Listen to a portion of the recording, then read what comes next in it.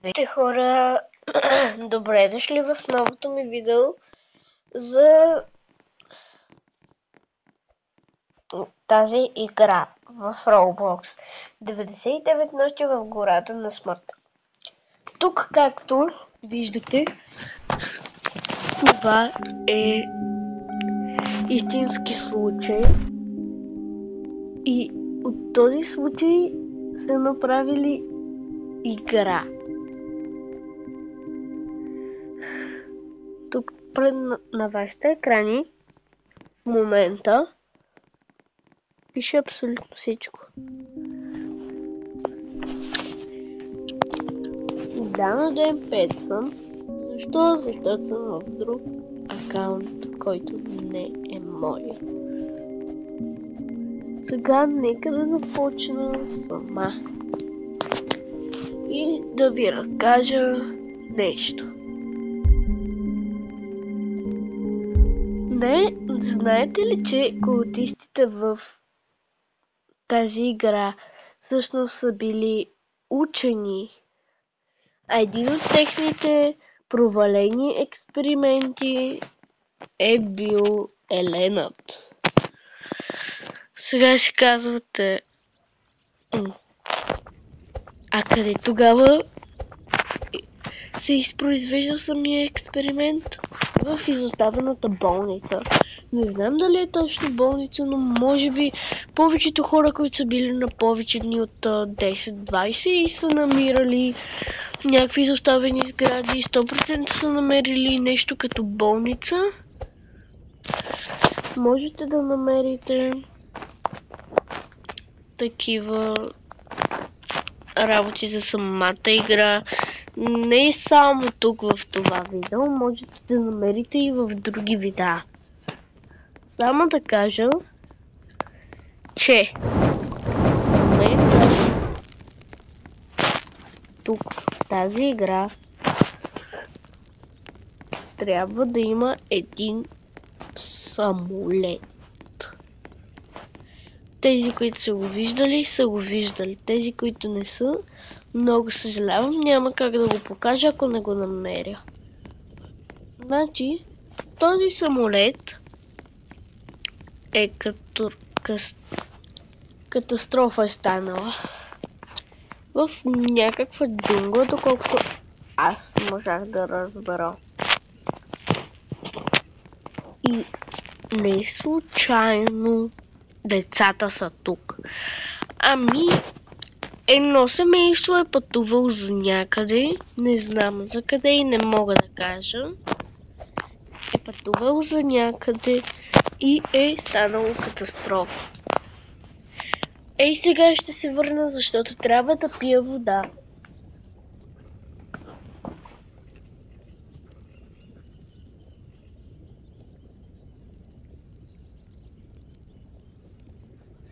Тук съм.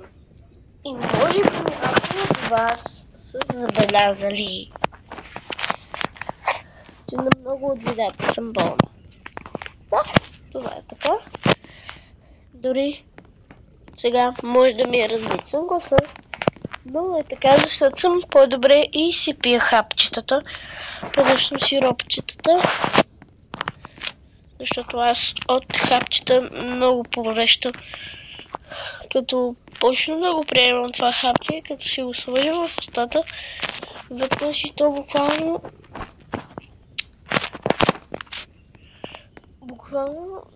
аз само като му усетя, вкуса изведнъж ми става гадно, повръщам го и става мазало. Но трябва да побързаме, защото нашия огън умира. Къде е Елена? Не знам. Но само едно знам, че именно той е провален експеримент. Само да кажа, че това семейство, което е пътувало, в самото семейство е било майката и 4 деца. Както виждате, тук е първото, второто, третото и четвъртото. Едно дете е било на 13 години и друго май на 3 или 13 месеца. Или бъркам. Възрастта не знам кой знае колко. Но ако сте забелязвали, че като влезнеш в самата игра, ти ето тук се респаунваш и се едно, че се събуждаш, си попаднал тук и си мислиш, че си сам.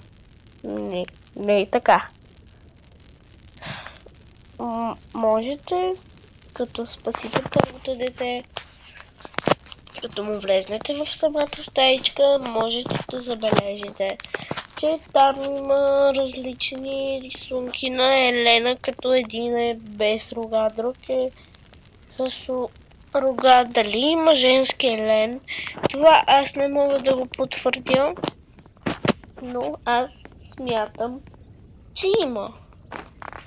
Но ако няма, може и да съм сгрешила. И между другото, много хора са били тук. В смисъл, много хора са били тук в тая игра. Все едно, че тя е направила тази игра, ти да оцеляваш и да можеш да спасиш 4 деца. Това е Динокит. Динозаврите, май. Защото аз нямам добър английски.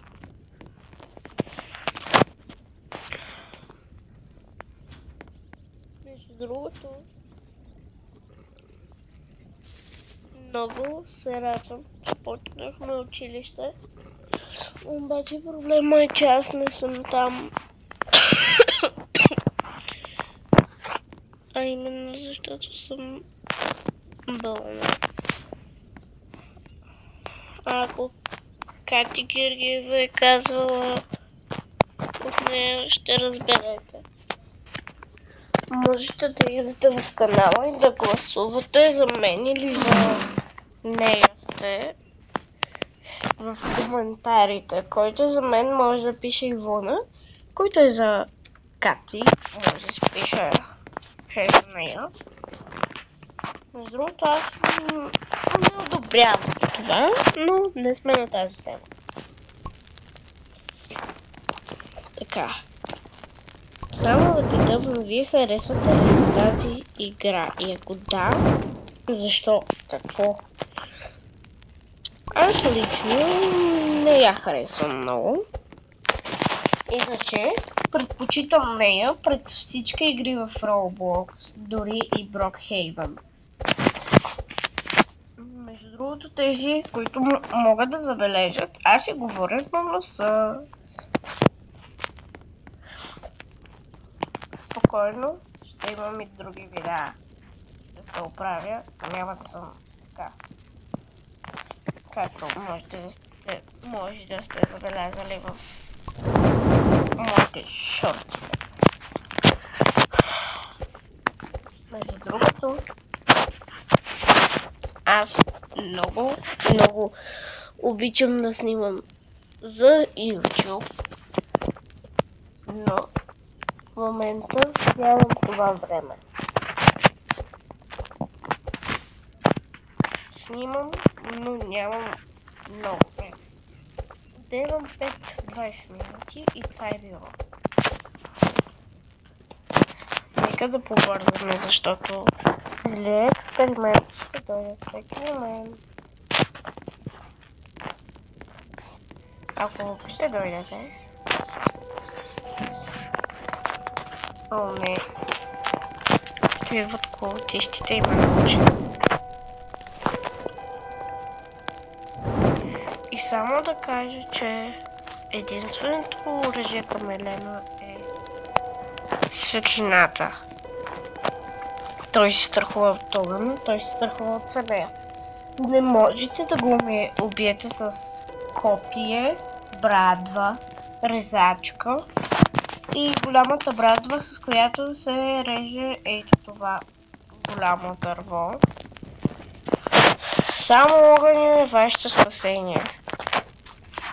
Вие какво бихте направили, ако попаднете в такава ситуация и вие сте на 13 години и вие сте в ситуацията, че сте без възрастни хора, а се питате как са децата, как са оцелели.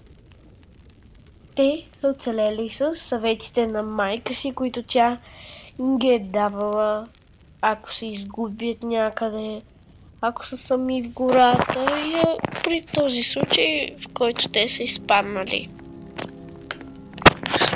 Например, те са си направили някаква вричка и са ловили по този начин риба. Не говорям за такава въдица, може и да не е такава, може и да е по-различна. Между другото, на мен лично не ми харесва, че това е направено игра от действителен случай. В смисъл, лично на мен не ми е някакво хе-хе-хе, виж каква нова игра на подизвителен случай, ура, най-накрая, не ми е такова. Аз не харесвам такива работи, но според мен е най-свестната игра от всички други в Roblox. Защото тук оцеляваш и се трудиш. Някой се трудиш отново, ама за какво се трудиш, ти не знаеш. Като разбрах, че излезнала тази игра, играх я и първоначално от хипер много ми хареса, а сега се чувствам все едно, че съм изпила 1000 норофена. В смисъл, едно ми е гадно, че се е случило такова с самите деца, но по-късно те са били спасени от местни. Ето такива бележки тук на лагерчето. Като много хора са били тук, доколкото научих тая игра, и ти оставят тия бележки, за да знаеш от какво се страхува Елена или нещо подобно беше. Като цяло аз не мога да си обясня какъв е смисъла на играта. Нещо да достигнеш ли е? Какво е? И е гадно за самите деца, че са останали без майка и без близък човек. Например, вие изпадате в такава ситуация и ви е гадно, че сте без майка ви, без баща ви. И не знам, ако те не са изподелили съвети как да оцелеете при такова нещо, вие съответно сами трябва да се сещате и ако не се седите, вие сте напълно аут от играта. Не от играта, от живота. И ако сте с по-малки, по-големи братя, например имате 18 годишен брат, обаче той е с аутизъм. Тези, които не знаят, моля потърсете в интернет, защото на мен не ми се обяснява.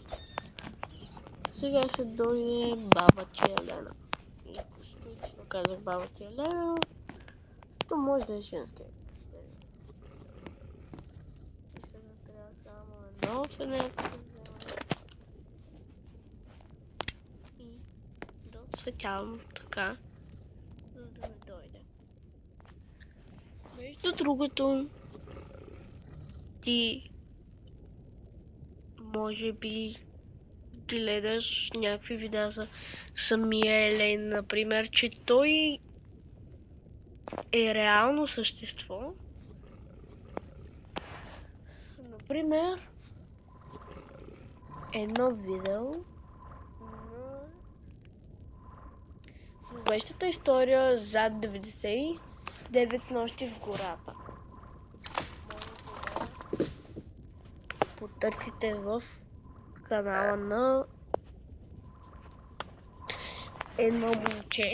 Сега ще се опитам да изпроизнеса името. Вонстермай. доколкото виждам, че пиша, защото, както казах, мой английски е аут.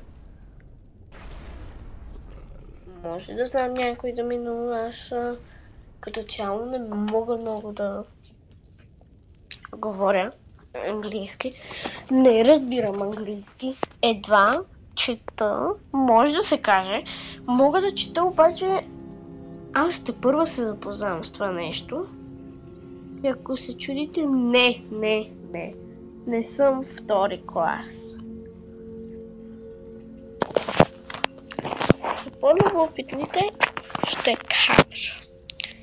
Трети клас съм. И сега пропускам, защото имам изменително и съм болна. Не ми е яко, че съм болна. Напълно отвратително ми е, защото аз вместо сега съм в час. Даже сега сме между час и мисля.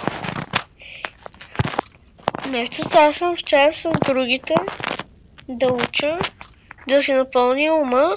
Аз какво седя вкъщи и с какво си пълня ума? С лекарства. С лекарства, хора. На мен е гадно само единствено, защото аз трябвам там за да уча.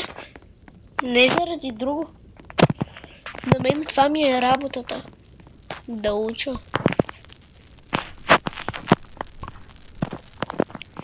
И много е гадно да се в ситуацията. Лично аз, защото съм изпадала в някакви такива ситуации, в които съм била напълно сама, тъмното, и съм снимала някакви видеа, които са били на вас. Може да е от мои стари видеа, само да не съм ги изтрила. Съм снимала с Катя Георгиева. Тя май тогава нямаше канал, или имаше. Имаше май. Не знам. Но може и някой да са гледали. Бях това. И бях на тъмно. Се опитвам да знам за вас, разбира се. Но тогава не бях сама и бях вкъщи. Може да ще чуете защо къщата ми е такава, защото къщата ми на 50 години. Да. Защото тя от годините на баба, когато е била хипер млада, и на моя дядо. И сега, ако се чуете, защо няма звук? В смисъл, имам преди с това, има ли някой около мен? Не, няма. Сама съм.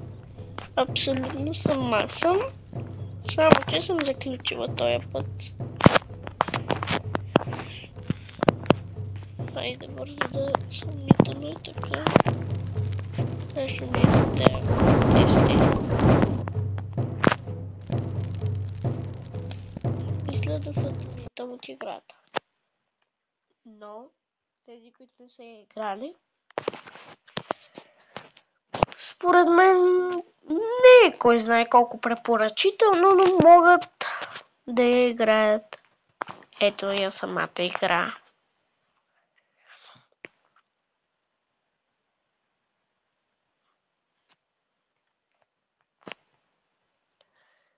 Както я виждате, тя е 99 нощи в гората на смъртта. Съжалявам за звука, просто до мен има още един телефон, който в момента се зарежда, като аз понякога съм снимала от два, понякога съм снимала от един телефон. Хора, това е видеото за нея, защото аз трябва да се облича, като ще направя шортс. Как се обличам, как си избирам аутфита. Или по-точно вие ще ми го изберете. Чао!